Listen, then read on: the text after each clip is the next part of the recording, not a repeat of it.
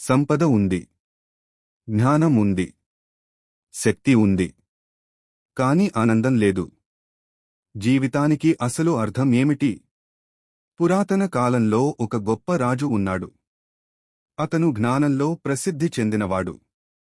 ఆ రాజు తన జీవితాన్ని పరిశీలించి ఒక గొప్ప సత్యాన్ని చెప్పాడు. అన్నీ వ్యర్థం, వ్యర్థమే అని అతను చెప్పాడు. ఆ రాజు ఎంతో సంపద సంపాదించాడు. బంగారం, వెండి, రాజభవనాలు ఆల్ అతనికి ఉన్నాయి. అతను తినడం, త్రాగడం, సుఖాలు అనుభవించడం ఆల్ ప్రయత్నించాడు. అతను అనుకున్నాడు, ఇవన్నీ నాకు ఆనందం ఇస్తాయేమో. కాని కొంతకాలం తర్వాత అతను గ్రహించాడు, ఇవి అన్నీ తాత్కాలికం.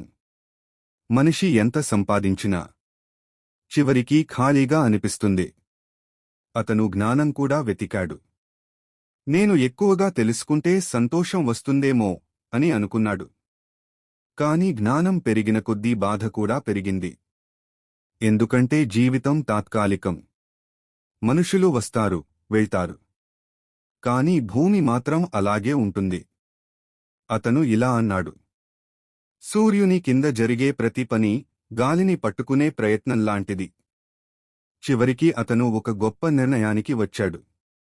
జీవితానికి అసలు అర్థం సంపదలో కాదు, సుఖాల్లో కాదు, జ్ఞానంలో కూడా కాదు.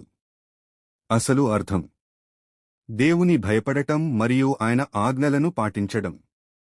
అతను చెప్పాడు, దేవుడు ప్రతి పనిని తీర్పు చేస్తాడు. మంచి అయినా, చెడు అయినా. జీవితంలో నిజమైన ఆనందం దేవునితో ఉన్న సంబంధంలోనే ఉంటుంది. మిగతా అన్నీ తాత్కాలికం.